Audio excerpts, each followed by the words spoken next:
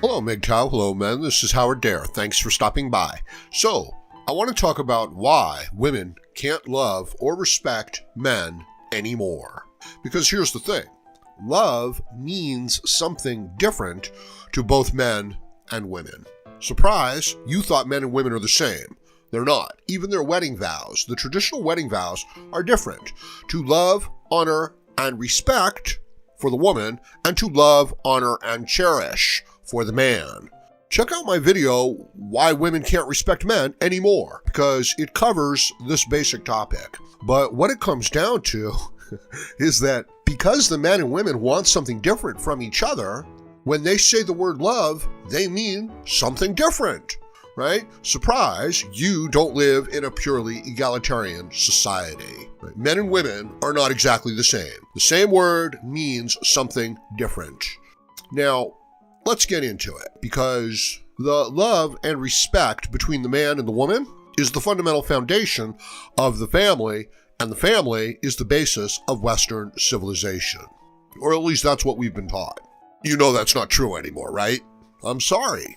We are living in what you could call inverted totalitarianism, corporate totalitarianism, where corporations have replaced individual citizens as the driving force in the country.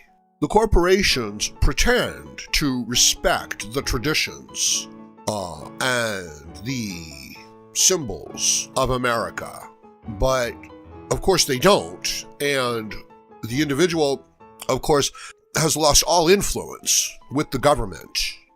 This is why Trump was so refreshing, and people just, a lot of people didn't understand it. He was neither part of the left corporate establishment nor the right corporate establishment. So this was part of the appeal. Now, the things that men and women value within each other are different, or they were. Men value beauty and attractiveness and a good attitude from a woman regarding, building a family, and her affection for the man, because that's what keeps him motivated to sacrifice. Is that what the woman values in the man? You know that's what a man values in a woman. That's why men like attractive, younger women, because they're pretty, they're healthy, they can have children, and they've usually got a better attitude. That encompasses love for men. Is that what women look for in men? No, it's not. They look for strength. They look for resources, or at least they used to. They look for an ability to, the man having an ability to control his emotions. And she looks for her ability to manipulate the man through his emotions. And that is what encompasses love for a woman. But now we live in a day and age where the government supplies most of the resources for the women and most of the protection for the women. The government is controlled by the corporations, not by the individual citizens. So who do the women love and respect? Because it certainly isn't the individual men. Why should they? They don't need his money, they don't need his affection, they don't need his protection. The level of contempt and disrespect that men are treated with is amazing. I don't even talk to women, I don't even look at women, and neither should most men.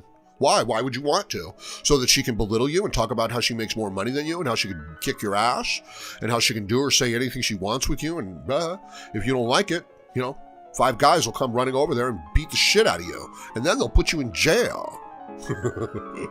So why should she love or respect a man? She doesn't need him on any level.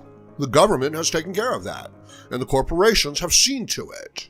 So you're thinking, oh, well, this is the end of Western civilization. No, it's not. No, the corporations can keep running things just fine. This is a very important point for many men to get, because this is just very important for many people to get. Many people think that because the system is based on a lie, is based on a great many lies nowadays, that it will break down, okay? But it won't. It doesn't have to. And it certainly doesn't have to break down for the entirety of your life. It can certainly go for 500 or 1,000 years. So this idea that, especially the men, the idea that their lack of participation in the system is going to cause the system to break down, and then, we can repair it and put a new system in place. I want you to really, really consider the possibility that that has not happened so far, and that it may never happen, certainly within your lifetime. Now, how well does your attitude serve you? if it's never going to break down and it's just going to get worse, how is the attitude of non-engagement useful?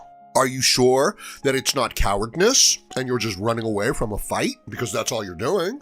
As a man, I understand a tactical retreat. I do not understand a real retreat. In other words, if you need to retreat from a battle because you're not ready for that battle, you should retreat from that battle. Otherwise, you will lose. That's the meaning of Sun Tzu's, if you know the strengths and weaknesses of yourself and your enemy, you need not fear the outcome of a thousand battles. Not you will win 1,000 battles. You need not fear the outcome because you know beforehand whether or not you're going to win or lose because you understand the variables within the battle.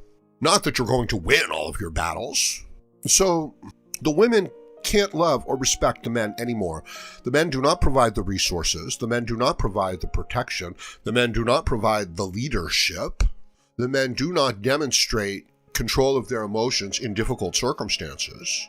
As far as the younger men are concerned, they're no different from the women. So if we've replaced every quality that the man brings to the male-female relationship, and we've glorified whatever a woman brings to the relationship, how can men and women have a relationship? They cannot. At least not with any dignity for the man.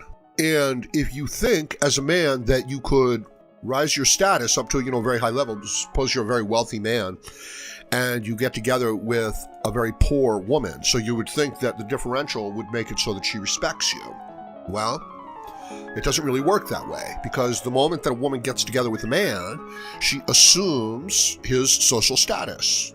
Whether she does or doesn't, you know what I mean? She could be an uneducated waitress from a third world country, and, the man could be a highly educated brain surgeon in, a technologically advanced Western country.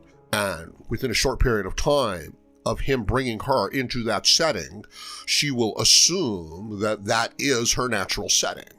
So she won't be grateful for more than about a month. And, a lot of people might want to say, well, that's female nature. No, I mean, that's the nature of an ingrate. Like if you were to take a stupid little man and to rise him up to a particular level as a personal favor, within a short period of time, he would think that he earned it, and he would be walking around like a little big man, without any really reason to be in the position, but thinking that, right, that he was really worthy of the position. So even being aware of this differential and managing it doesn't really help the men if none of the women within the society respect the men or what the men do. And if, the vast majority of men within the society worship the women and will forgive anything they do. I mean, we see this. It's disgusting. Where like a woman will commit a crime and she'll come up before the judge and the judge will go easy on her because she's a pretty woman. It's like, you're not fit to be a judge. You're really not. And it's disgusting. It really is, the personal bias of the individuals when they're dealing with women and they're giving consideration to them, and the harshness and the cruelty of when they're dealing with men. This is why the wage gap isn't real. Or rather, this is why women ages 18 to 35 actually make more coming out of college than men do. So when a woman says, that she's upset about the wage gap, understand that she gets paid more. Individually, she gets paid more. So the things that the women are accusing the men of, or rather the left is accusing the men of, is the things that the women are already guilty of. This is, a typical tactic. So this type of lack of regard, lack of respect, lack of affection for the men, for the males, starts with the children, is rampant in our society. If you'd like to know why, that's basically another video.